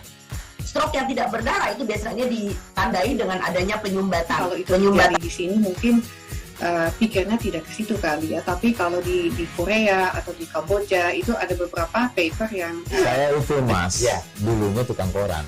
Oh gitu ya, tukang koran. Ya, saya baca itu Pak. Tuh kan pernah baca kan? Ya. Jadi kalau saya jadi pangdam itu udah bersyukur banget. Si anak ini dijadikan sebagai tersangka begitu. Ya, kalau ini kita bicara yang di luar kasus Sebongombo ya. Dengan nama hujan shower, di mana terdapat batas jelas antara daerah hujan dan tidak hujan yang biasanya terjadi pada fase awal mature stage atau tahap berbahaya itu Kang. Jadi mulai artinya terjadinya perlembekan. Nah itu untuk penetrasi akan sulit. Gitu ya. Dok, saya ini menurut saya memang tidak mudah, bukan urusan tanah diambil. Kalau misalnya Amerika Serikat sekarang, Rasulullah mengatakan dalam sebuah hadis bahwa berpuasa di 6 hari Syawal itu. Oke, apa kabar Bang Arifki di sini untuk strateginya? Kalau saya sendiri di Gimik 37 ini yang semalam baru mulai, saya udah sebenarnya aku nggak ngerasain penangkapan atau penggerebegan atau apapun itu, Karena gini loh, posisinya aku kriteria. Jadi kita mengenal disebut dengan stroke yang tidak berdarah dengan stroke yang berdarah. Stroke yang tidak berdarah itu biasanya ditandai dengan adanya penyumbatan. Kalau itu terjadi di sini mungkin pikirnya tidak ke situ kali ya. Tapi kalau di Korea atau di Kamboja itu ada beberapa paper yang saya itu Mas, ya, dulunya tukang koran. Oh gitu ya. Tukang koran. Ya, saya baca itu Pak. Tuh kan pernah baca kan? Ya. Jadi kalau saya jadi pangdam itu udah bersyukur banget. Si anak ini dijadikan sebagai tersangka begitu. Ya, kalau ini kita bicara yang di luar kasus Situbondo ya. Dengan nama hujan shower, di mana terdapat batas jelas antara daerah hujan dan tidak hujan yang biasanya terjadi pada fase awal mature stage atau tahap Berbahaya dewasa. itu Kang. Jadi mulai artinya terjadinya perlembekan. Nah itu untuk penetrasi akan sulit begitu ya. Dok, saya ini menurut saya memang tidak mudah, bukan urusan tanah diambil. Kalau misalnya Amerika Serikat sekarang, Rasulullah mengatakan dalam sebuah hadis bahwa berpuasa di 6 hari Syawal itu. Oke, apa kabar Bang Aris di sini untuk strateginya? Kalau saya sendiri di Game Week 37 ini yang semalam baru mulai, saya udah sebenarnya aku nggak ngerasa itu penangkapan atau penggerebegan atau apapun itu. Karena gini loh, posisinya aku kriteria. Jadi kita mengenal disebut dengan stroke yang tidak berdarah dengan stroke yang berdarah. Stroke yang tidak berdarah itu biasanya ditandai dengan adanya penyumbatan. Kalau itu terjadi di sini mungkin pikirnya tidak ke situ kali ya. Tapi kalau di Korea atau di Kamboja itu ada beberapa paper yang saya itu Mas, ya, dulunya tukang koran. Oh gitu ya. Tukang koran. Ya, saya baca itu Pak. Tuh kan pernah baca kan? Ya. Jadi kalau saya jadi pangdam itu udah bersyukur banget. Si anak ini dijadikan sebagai tersangka begitu. Ya, kalau ini kita bicara yang di luar kasus Situbondo ya. Dengan nama hujan shower, di mana terdapat batas jelas antara daerah hujan dan tidak hujan yang biasanya terjadi pada fase awal mature stage atau tahap Berbahaya dewasa. itu Kang. Jadi mulai artinya terjadinya perlembekan. Nah itu untuk penetrasi akan sulit begitu ya. Dok, saya ini menurut saya memang tidak mudah, bukan urusan tanah diambil. Kalau misalnya Amerika Serikat sekarang, Rasulullah mengatakan dalam sebuah hadis bahwa berpuasa di 6 hari Syawal itu. Oke, apa kabar Bang Aris di sini untuk strateginya? Kalau saya sendiri di Game Week 37 ini yang semalam baru mulai, saya udah sebenarnya aku nggak ngerasa itu penangkapan atau penggerebegan atau apapun itu. Karena gini loh, posisinya aku kriteria. Jadi kita mengenal disebut dengan stroke yang tidak berdarah dengan stroke yang berdarah. Stroke yang tidak berdarah itu biasanya ditandai dengan adanya penyumbatan. Kalau itu terjadi di sini mungkin pikirnya tidak ke situ kali ya. Tapi kalau di Korea atau di Kamboja itu ada beberapa paper yang saya itu Mas, ya. Bersama dengan saya Nila Irda, Anda menyaksikan live update Tribun News Saudara. Kita beralih ke informasi selanjutnya. Ratusan mahasiswa Universitas Muhammadiyah Makassar menggelar unjuk rasa peringatan Sumpah Pemuda pada Kamis hari ini. Unjuk rasa tersebut berlangsung di depan kampus mereka Jalan Sultan Alauddin Makassar. Pantauan di lokasi pengunjuk rasa tetap menutup ruas Jalan Sultan Alauddin arah Goa. Penutupan jalan dilakukan menggunakan pelang besi dan barisan simpul. Untuk mengetahui bagaimana informasi selengkapnya, sudah ada wartawan kami dari Tribun Timur Muslimin Emba di sana yang akan memberikan informasi lebih lengkapnya pada Anda. Halo Emba. Ya, halo rekan Nila. Oke, Emba silahkan dengan laporan Anda, seperti apa pantauan unjuk rasa di lokasi Anda berada saat ini? Ya, untuk saat ini saya berada di Jalan Sultan Alauddin, di depan kampus UIN Alauddin. Untuk siang tadi, sesuai gambar video yang ada di layar, itu unjuk rasa di depan kampus Unismo. Namun informasi yang saya peroleh, beberapa pengunjuk rasa dari siang hingga sore itu sudah membubarkan diri. Namun hingga saat ini masih ada satu kelompok pengunjuk rasa dari Himpunan Mahasiswa Islam Cabang Goraya, tepatnya di depan kampus UIN ini yang masih bertahan. Nila.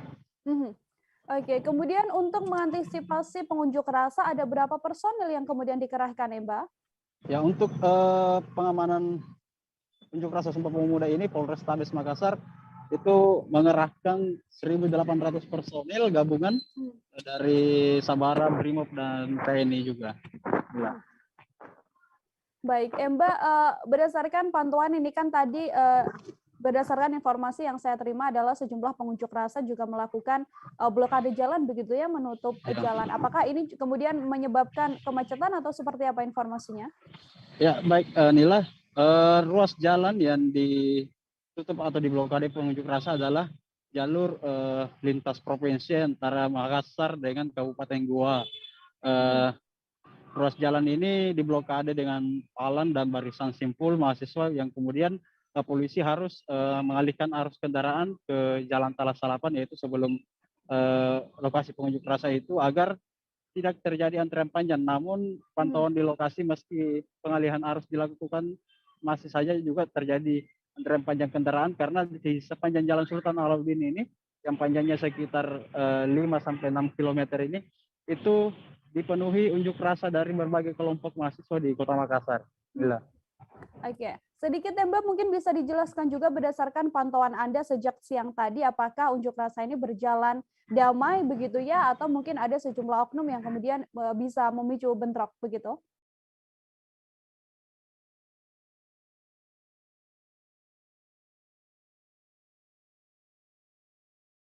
Mbak? Inilah. Baik, Mbak. Kemudian sedikit bisa dijelaskan, Mbak, berdasarkan pantauan Anda sejak siang tadi, apakah unjuk rasa ini berlangsung damai atau mungkin sedikit ada kericuhan dan sebagainya begitu? Untuk pantauan saya di sepanjang Jalan Sultan Alauddin ini hingga di pertigaan APT Trani itu terdapat insiden nyaris saling dorong antara petugas dengan pengunjuk rasa. Seketika pengunjuk rasa hendak menghadang truk kontainer di pertigaan jalan. Upaya pengunjuk rasa itu dihalau aparat yang berjaga dan nyaris menimbulkan adu fisik begitu. Namun kedua belah pihak berhasil menahan diri sehingga potensi keributan itu dapat diredah begitu. Namun hingga malam ini, alhamdulillah, kelompok mahasiswa Islam cabang Goraya masih bertahan di Jalan Protokol Sultan Alauddin ini dengan memalang 2 truk. Dapat saya perlihatkan langsung kondisinya.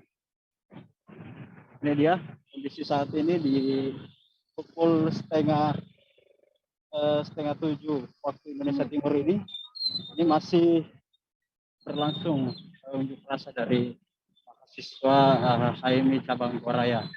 Gitu. Ini pengendara masih dialihkan ke Jalan Protokol Hukum karena belum dapat melintasi.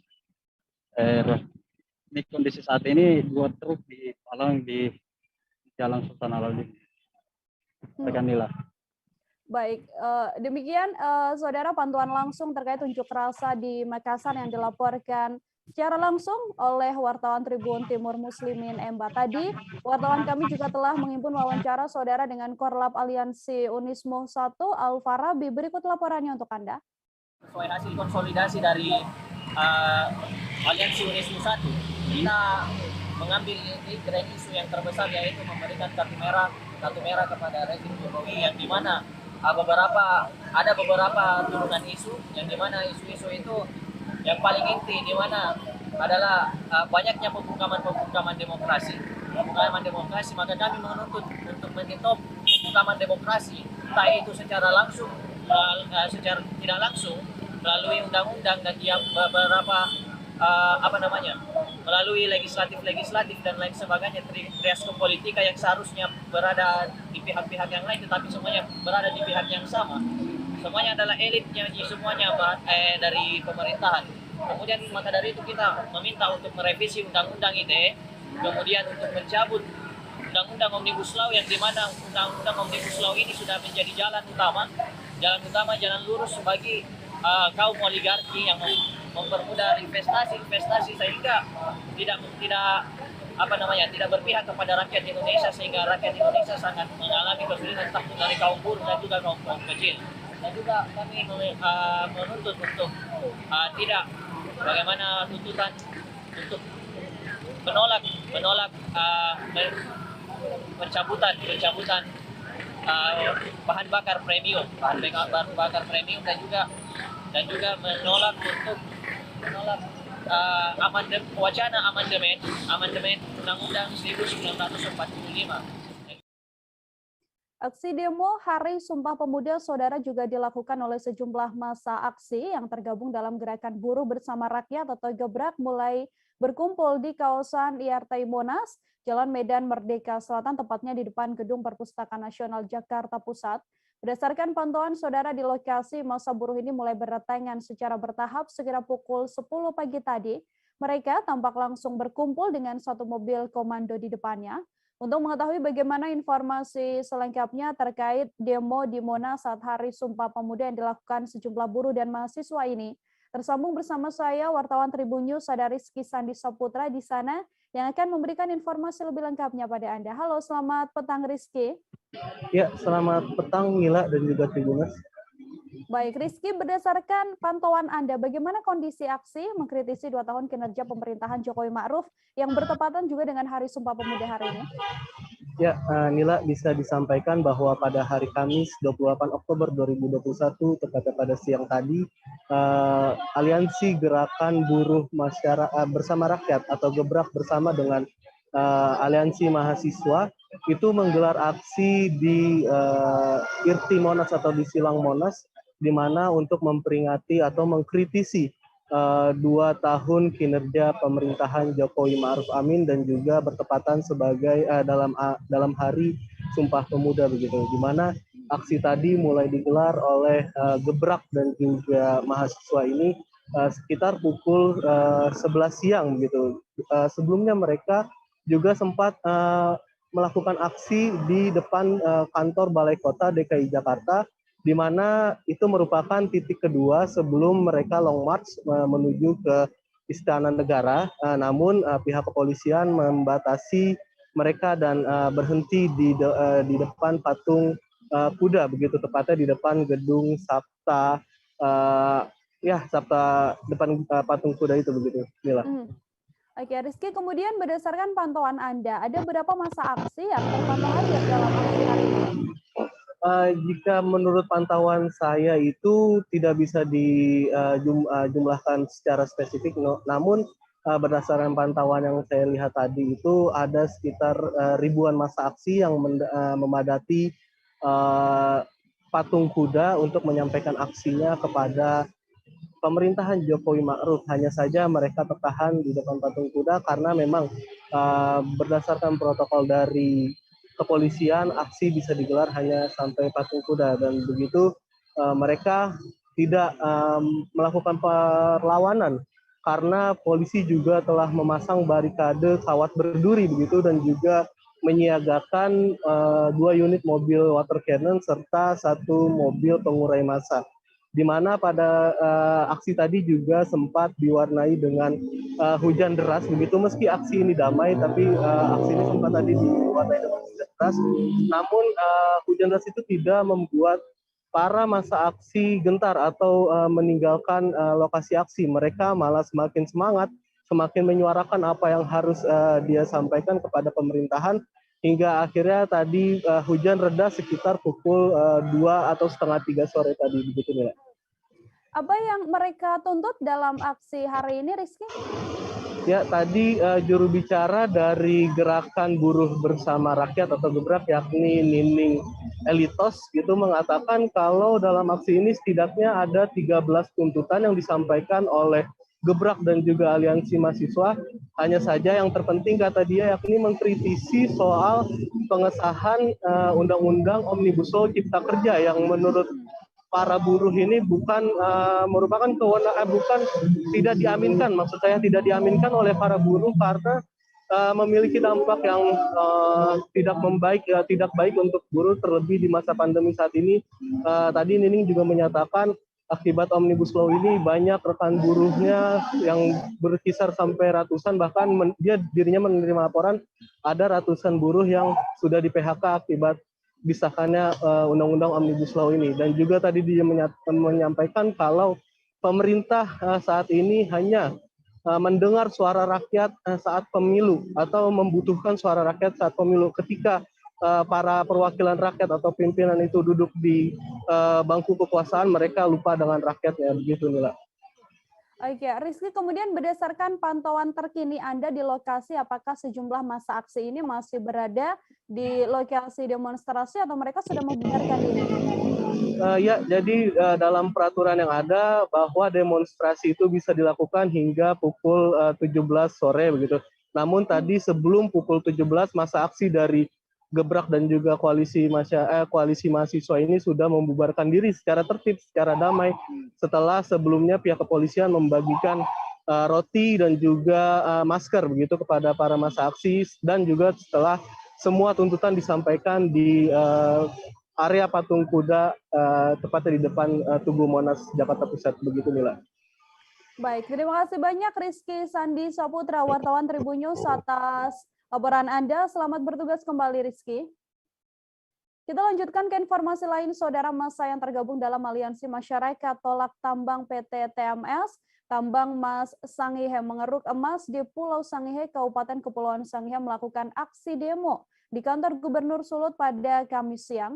Massa yang berjumlah sekitar ratusan orang ini awalnya berorasi di depan gerbang kantor Gubernur di tengah terik matahari. Mereka juga sempat mengeluh kepanasan saat berorasi, menuntut agar bisa masuk ke halaman kantor Gubernur. Untuk mengetahui bagaimana informasi selengkapnya, tersambung bersama saya ada Rio Nur, wartawan Tribun Manado di sana yang akan memberikan informasi lebih lengkapnya pada Anda. Halo, Rio.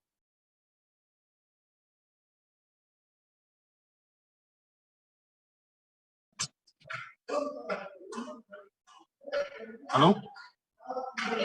Halo, Rio, silahkan dengan laporan Anda. Apa latar belakang sehingga sejumlah massa melakukan aksi demonstrasi pada hari ini? Ya, aksi demonstrasi hari ini berasal dari Aliansi Masyarakat Menolak PT Tambang Mas Sangihe atau PT TMS. Jadi mereka menolak aktivitas PT TMS ini yang sudah melakukan aktivitas produksi tambang emas yang ada di Pulau Sangihe, Kabupaten Kepulauan Sangihe, Provinsi Sulawesi Utara. Tuntutan dari sejumlah demonstran pada pemerintah pada saat demonstrasi hari ini seperti apa, Rio?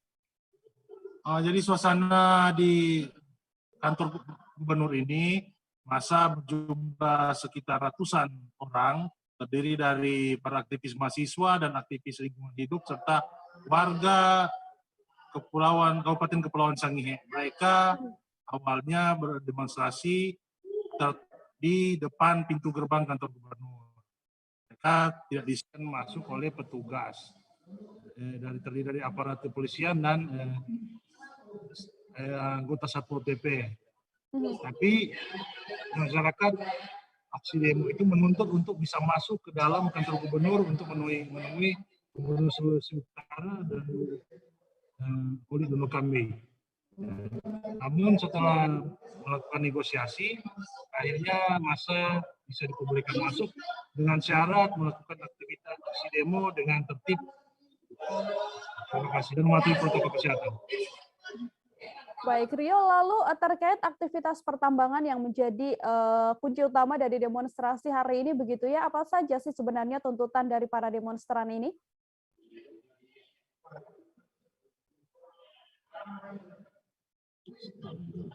Rio? Ya, terima kasih.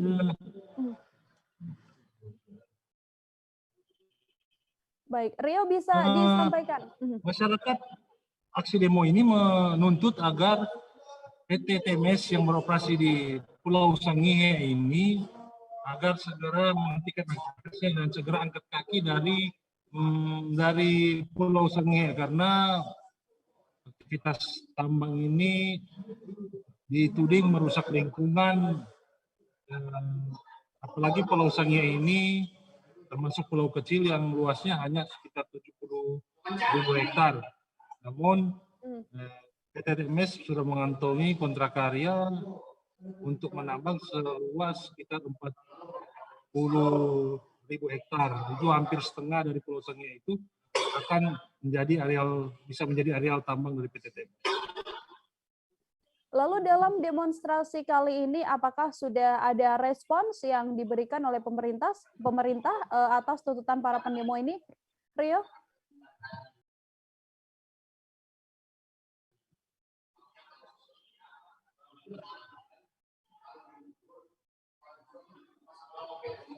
Sejauh ini respon pemerintah menanggapinya tidak terlalu responsif. Mereka enggan menanggapi isu-isu soal tambang ini. Alasan yang diungkapkan oleh pemerintah daerah setempat bahwa kontrak karya itu berasal dikeluarkan oleh pemerintah pusat, sehingga kewenangan pemerintah pusat untuk menangani persoalan tambang yang ada di Pulau Sangihe ini.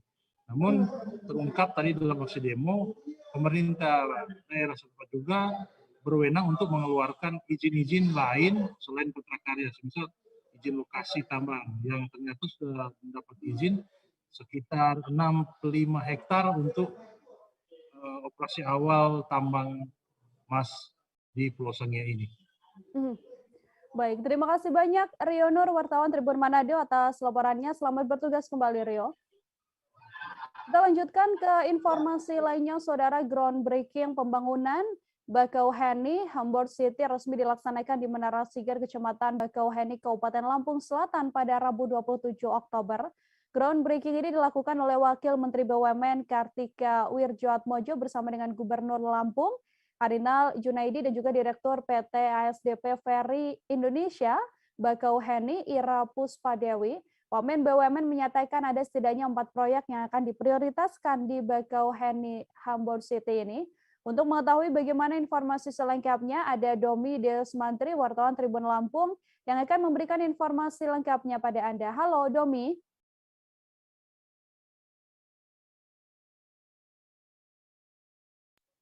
Halo rekan Nila.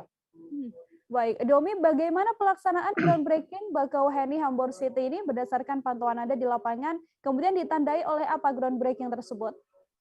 Baik, groundbreaking Bakauheni Hamburg City dilakukan di Menara Siger, Kecamatan Bakauheni, Kabupaten Lampung Selatan. Kegiatan tersebut dihadiri oleh Wamen 2 BUMN Kartika Wirjoatmojo dan juga Gubernur Lampung Arinal Junaidi serta Direktur PT ASDP Ferry Indonesia Ibu Ira Puspadewi, serta hadir juga Bupati Lampung Selatan Nanang Hermanto dan Forkopimda Lampung Selatan. Kegiatan tersebut diawali dengan sambutan tari-tarian dari khas Lampung, yaitu dari Merga Saibatin. Lalu acara tersebut dilanjutkan oleh pemaparan kegiatan dan juga program dari Bakauheni Hamburg City tersebut yang dilakukan oleh Direktur PT ASDP Ferry Indonesia Ibu Ira Puspadewi, lalu dilanjutkan oleh Wamen 2 BUMN Pak Kartika Wirjoatmojo dan juga Gubernur Arinal Junaidi. Lalu acara tersebut dilanjutkan dengan sesi mencangkul seperti itu dengan ditandai dengan pencangkulan tanah untuk dimulainya pembangunan Bakauheni Hamburg City tersebut. Domi, ini berdasarkan informasi yang saya dapatkan akan ada 4 proyek begitu ya yang akan menjadi prioritas. Kemudian bisa diceritakan lebih detail apa saja 4 proyek tersebut? Baik, dalam proyek Bakauheni Hamburg City tersebut terdapat beberapa proyek, yaitu area UMKM. Nanti di sana akan dibangun semacam industri kreatif, dan juga ada pembangunan masjid oleh BSI yang dapat menampung sekitar 2.000 jemaah. Juga ada creative hub dan juga housing develop and entrepreneur center Bakauheni Hamburg City. Nantinya kawasan tersebut akan menjadi wisata yang terintegrasi baik dari Pelabuhan Bakauheni hingga ke kabupaten atau kota lainnya, begitu. Domi, Bakauheni Hamburg City ini sendiri mungkin bisa dijelaskan seperti apa sih nantinya konsepnya, kemudian kapan pembangunan ini sudah bisa ditargetkan selesai? Oke, Bakauheni Harbor City ini diperkirakan menyerap kawasan sekitar 159,8 hektar. Nantinya kawasan tersebut akan menjadi daerah wisata dan juga industri yang terintegrasi dengan kabupaten atau kota lainnya, sehingga Pelabuhan Bakauheni dapat menjadi sarana penunjang bagi transportasi pengunjung yang akan datang ke daerah tersebut. Lalu diperkirakan rencananya Bakauheni Harbor City itu selesai akan di pertengahan tahun depan atau Juni 2022 begitu. Baik, terima kasih banyak Domi Desmantri, wartawan Tribun Lampung atas laporan Anda. Selamat bertugas kembali, Domi. Baik, rekan Nila. Kita ke informasi selanjutnya, Saudara. Bupati dan Komisi 5 DPR RI berkunjung ke permukiman transmigrasi Tanjung Buka Bulungan pada Kamis 28 Oktober. Direktur Jenderal Pembangunan dan Pengembangan Kawasan Transmigrasi, Dirjen PPK Trans, Aisyah Gamawati telah mengamati setiap petak lahan yang ada di unit pemukiman transmigrasi Tanjung Buka yang memiliki potensi ini. Untuk mengetahui bagaimana informasi selengkapnya, ada wartawan Tribun Kaltara, George Santana Silalahi di sana yang akan memberikan informasinya pada Anda. Halo George. Ya, halo Nila. Baik, George, bisa dijelaskan secara singkat anggota Komisi 5 DPR RI dan juga Dirjen PPK Trans ini melakukan kunjungan kerja, kegiatan apa saja yang dilakukan di sana? Baik, Nila, selamat sore. Dan selamat sore Tribuners. Hari ini Kamis 28 Oktober 2021 yang bertepatan Hari Sumpah Pemuda, Bupati dan Wakil Bupati Bulungan beserta para rombongan anggota Komisi 5 DPR RI yaitu Dr. Anda Sri Rahayu dan Direktorat Jenderal Pembangunan dan Pengembangan Kawasan Transmigrasi Kementerian Desa Pembangunan Daerah Republik Indonesia atau disingkat PPK Trans yaitu Insinyur Aisyah Gamawati. Sebelumnya anggota Komisi 5 DPR dan Dirjen PPK Trans ini sudah hadir di Bulungan kemarin 27 Oktober dan disambut ramah tamah di Rumah Dinas Bupati Bulungan pukul 19.30 malam. Dan paginya sejak pukul 8.30 rombongan petinggi RI dan jajaran pemerintah daerah Kabupaten Bulungan ini telah berangkat menggunakan speedboat dari Pelabuhan Kolteka menuju Satuan Pemukiman atau SP10 Tanjung Buka yaitu di Kabupaten Bulungan. Di sana para petinggi daerah dan RI itu selain melakukan pertemuan dengan warga di balai desa, adapun melakukan penanaman padi berupa wujud program pengembangan ketahanan pangan seluas 125 hektar di kawasan transmigrasi SP10. Dan juga selain itu para petinggi juga ada kegiatan meninjau puskesmas serta rumah ketua RT. Nila. Kemudian apakah ada satuan pemukiman lain atau hanya satuan pemukiman 10 saja yang menyambut kegiatan kunjungan kerja anggota Komisi 5 DPR RI ini, Georgia? Iya benar Nila, dari pantauan saya terdapat para perwakilan satuan pemukiman yaitu Satuan Pemukiman 10, 3, 6B, Pemukiman 4 dan Satuan Pemukiman Sepunggur. Yang tentunya masing-masing satuan pemukiman sangat antusias ya kedatangan tamu besar karena mereka bisa mempromosikan juga produk lokal bahan olahan alam yang ada di sekitar tempat tinggal mereka. Nila. Kemudian adakah kebijakan tegas begitu ya George yang diambil dan juga disampaikan oleh Dirjen PPK Trans saat melakukan kunjungan kerja di SP10 ini? Baik, benar Nila.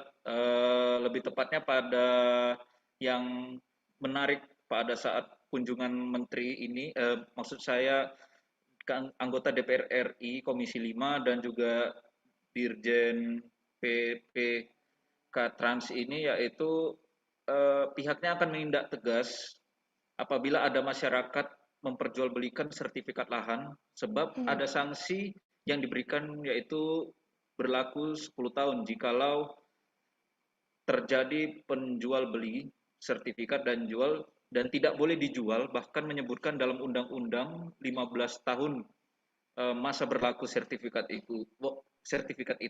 Kalau tidak dilaksanakan pengelolaan lahan, maka akan diambil negara dan warga transmigrasi harus pulang ke tempat asalnya. Dalam hal ini, ia menambahkan juga regulasi sanksi tegas tersebut ada di Undang-Undang Nomor 39 tahun 2009, dan itu yang akan ia tekankan kepada warga yang ada di SP10 tadi. Demikian yang bisa dapat saya sampaikan. Kembali ke studio, Nila. Baik, terima kasih banyak George Santana Silalahi, wartawan Tribun Kaltara atas laporan Anda. Selamat bertugas kembali, George. Kita informasi tadi, saudara, sekaligus menutup perjumpaan kita dalam live update hari ini. Jangan lupa untuk terus menyaksikan live update selanjutnya di seluruh kanal YouTube dan juga Facebook Tribun Network. Masih di tengah pandemi, kami terus mengingatkan Anda untuk tetap menerapkan protokol kesehatan dimanapun Anda berada. Saya Nila Irda beserta kru yang bertugas pamit undur diri. Terima kasih dan sampai jumpa. Jangan lupa like, subscribe, dan share ya!